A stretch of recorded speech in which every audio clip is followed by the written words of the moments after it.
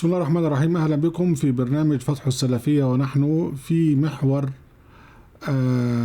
طعن البخاري في خاتم النبيين محمد عليه السلام، وتقريبا هذه هي الحلقة الأخيرة في هذا المحور فيما يخص طعن البخاري في شخص النبي. وعنوان هذه الحلقة هو عن اتهام البخاري للنبي بأنه كان مسحورا، أو أن يهوديا سحره. وكعادة البخاري فهو ينثر الأحاديث التي يطعن فيها في خاتم النبيين خلال كتابه بصور شتى وبعناوين مختلفة لكي يتركز في الذهن ما يريد البخاري يعني من زرعه في عقول الناس، يعني نزرع الأكاذيب من خلال هذا التكرار، بحيث كلما تقرأ في البخاري تجد نفس الحديث مكررا بصورة أو بأخرى. بالنسبة لحديث السحر فقد تكرر مرات كثيرة وبصيغتين. صيغة من يعني إحدى الصيغ هي حديث سحر عادي، الصيغة الأخرى هي حديث سحر مختلط بإشارات جنسية، تتفق طبعا مع ما زعمه البخاري من قبل من أكاذيب تجعل النبي منهوما بالجنس. في نقرأ الأول ما جاء في الجزء الرابع صاد 148. هذا هو الجزء الرابع صاد 148. حدثنا إبراهيم بن موسى أخبرنا عيسى عن هشام عن أبيه عن عائشة. طبعا كل الأحاديث كلها بنسبوها للسيدة عائشة. قالت: سحر النبي صلى الله عليه وسلم. وقال الليث: كتب إلي هشام أنه سمعه ووعاه عن أبيه عن عائشة قالت: سحر النبي، يعني عايز يأكد نفس الرواية باثنين مختلفين من الرواة. قالت: سحر النبي صلى الله عليه وسلم حتى كان يخيل إليه أنه يفعل الشيء وما يفعله، حتى كان ذات يوم دعا ودعا ثم قال: أشعرت أن الله أفتاني فيما فيه شفائي؟ أتاني رجلان فقعد أحدهما عند رأسي والآخر عند رجلي، فقال أحدهما للآخر: ما وجع الرجل؟ قال: مطبوب.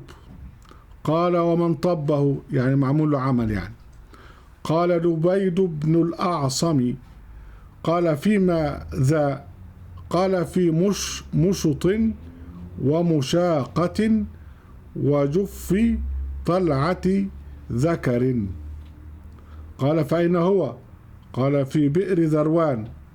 فخرج إليها النبي صلى الله عليه وسلم ثم رجع، فقال عائشة حين رجع: نخلها كأنه رؤوس الشياطين. فقلت: أستخرجته؟ فقال: لا، أما أنا فقد شفاني الله، وخشيت أن يثير ذلك على الناس شرا، ثم دفنت البئر. ده الكلام الهلس ده كله البخاري عايز يقول فيه إن النبي كان قد سحر، وإنه سحره واحد يهودي اسمه لبيد ابن عاصم. يتكرر هذا في الجزء الثامن صاد 103. الجزء الثامن صاد 103.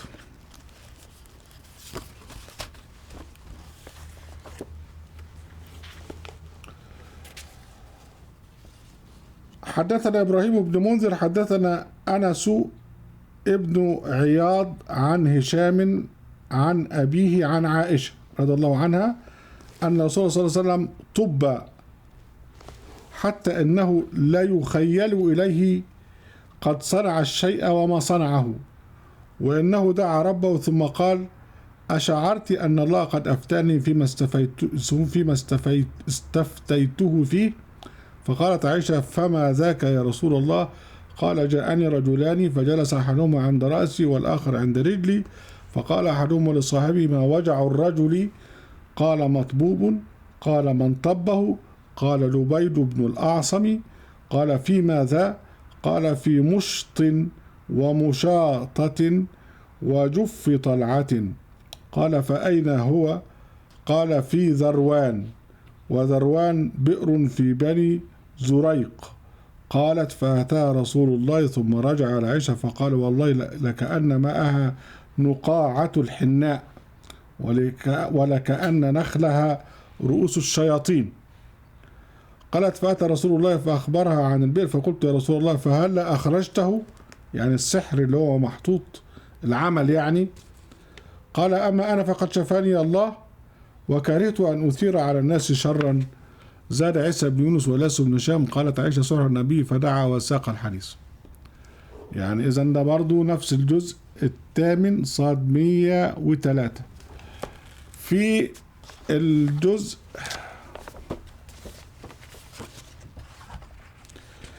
الجزء السابع صاد 176 برضو نفس الحديث يكرره. حدثنا إبراهيم بن موسى أخبرنا عيسى بن يونس عن هشام عن أبيه عن عائشة رضي الله عنها قالت سحر رسول الله رجل من بني زريق يقال له لبيد بن الأعصم حتى كان رسول الله يخير له أنه يفعل الشيء وما فعله حتى إذا كان ذات يوم أو ذات ليلة وهو عندي لكنه دعا ودعا ثم قال يا عائشة أشعرت أن الله أفتاني فيما استفتيته فيه؟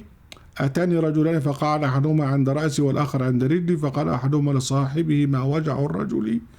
فقال مطبوب. قال من طبه؟ قال لبيد بن الأعصم. قال في أي شيء؟ قال في مشط ومشاطة وجف طلع نخلة ذكر. قال وأين هو؟ قال في بئر ذروان. فأتى رسول الله في ناس من أصحابه فجاء فقال يا عائشة كأن ماءها نقاع الحناء أو كأن رؤوس نخلها رؤوس الشياطين. قلت يا رسول الله أفلا أستخرجه؟ قال قد عفاني الله فكرهت أن أثور على الناس فيه شرا فأمر بها فدفنت تابعه كذا وكذا وكذا إلى آخره.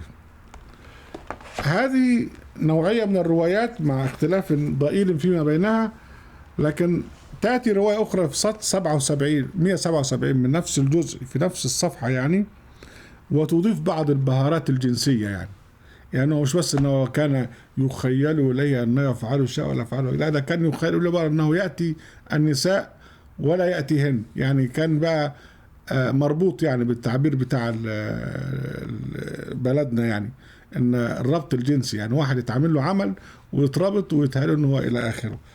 ف حدثني عبد الله بن محمد قال سمعت ابن عيينة يقول أول من حدثنا به ابن جريج يعني جورج الصغير يعني، يقول حدثني آل عروة عن عروة فسألت هشاما عنه فحدثنا عن أبيه عن عائشة رضي الله عنها قالت كان رسول الله سحر حتى كان يرى أنه يأتي النساء ولا يأتيهن، يعني كان بيتهيأله كده بقى يعني فيلم بورنو وهو مش واخد باله. قال سفيان وهذا أشد ما يكون من السحر، يعني اللي بينسحر بهذا النظام يبقى ليلته سود، ان هو يتهيأله ان هو بينام مع امرأته وهو ما بينامش معها. قال سفيان وهذا أشد ما يكون من السحر إذا كان كذا. فقال يا عائشة أعلمت أن الله قد أفتاني فيما استفتيته فيه؟ أتاني رجلان فقعد أحدهما عند رأسي والآخر عند رجلي فقال الذي عند رأسي الآخر ما بال الرجل؟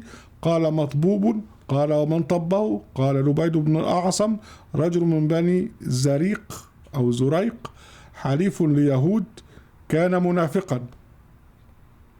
قال وفيما؟ قال في مشط ومشاقة. قال وأين؟ قال في جوف طلعة ذكر عند رعوفة في بئر ذروان.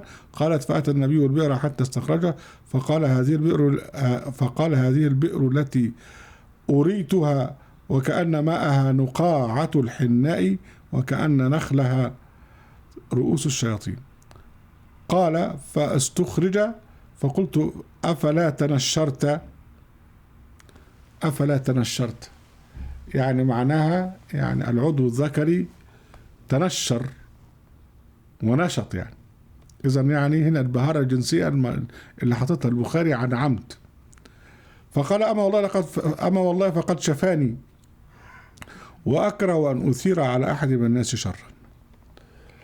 وبعدين برضو نفس الحديث، حدثنا عبيد بن اسماعيل أبو أسامة عن هشام عن أبيه عن عائشة قالت سئل النبي صلى الله عليه وسلم حتى أنه لا يخال أنه فعلوا الشيء وما فعله، حتى إذا كان ذات يوم هو عندي فدعا الله ودعاه فقال ثم قال أشعرت يا عائشة أن الله قد أفتاني من سنتين؟ قلت وانزلت قال جاءنا رجلان في هذا المرة طق طق طق طق طق طق طق طق إلى آخر نفس الكلام. ده تكرار لحديث واحد. الموضوع كليته ان في واحد سحر النبي، وان النبي عقله راح بحيث ان هو يخيل له ان هو يفعل الشيء ولا يفعله، ان هو ينام مع النسوان بتوعه وما بينامش، وان واحد عمل له عمل وحطه في بئر وفي مش عارف في جف كذا وفي نخلة كذا الى اخر الكلام الخرافات اللي لسه موجودة في الريف لغاية دلوقتي. لا، قصد البخاري ايه من هذا الكلام؟ هي قصة طبعا قصة يعني قصة مصاطب حلوة قوي. لو انت حكيت عن العمدة بتاع بلدكو وان هو اتربط ولقوا العمل بتاعه محطوط في الحتة الفلانية وطلعوها وشكله زي شكل رؤوس الشياطين، كلام بقى ايه تخوف العيال وتقنع الناس اللي هم في عقولهم يعني زي عقول الأطفال. لكن هو القصد من هذا لما حين يتهم بهذا عمدة شيء عادي، ما هو عمدة لا مؤاخذة طز في العمدة، ايه يعني العمدة سواء كان عمدة بلدكم او عمدة بلد اللي جنبيكم.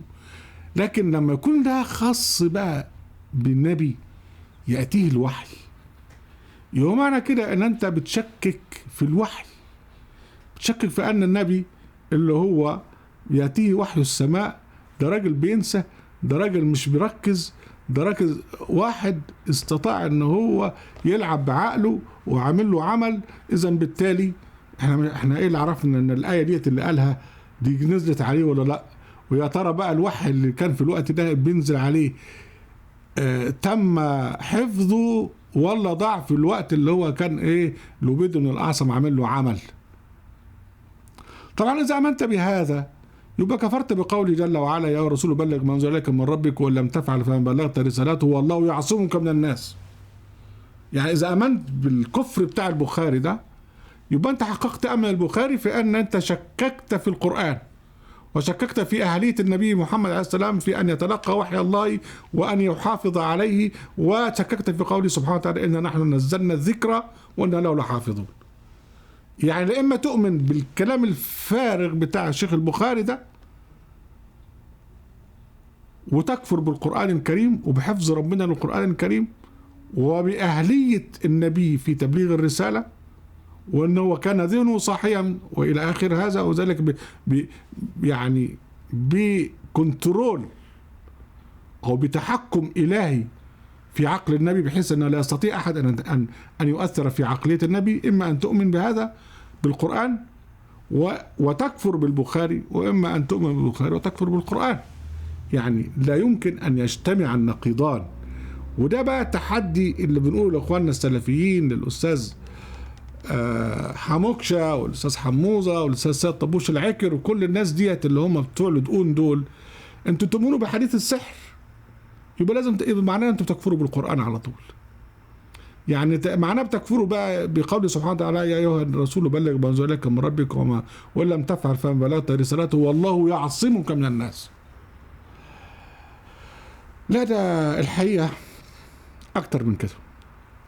الحقيقة لما نيجي نرجع للقرآن الكريم هنلاقي إعجاز، وإعجاز رائع جدا، وإعجاز بيضع البخاري في موضعه في أنه كافر بالله ورسوله، وأن الله سبحانه وتعالى نبأ عن هذا البخاري وأمثاله بعد نزول القرآن الكريم.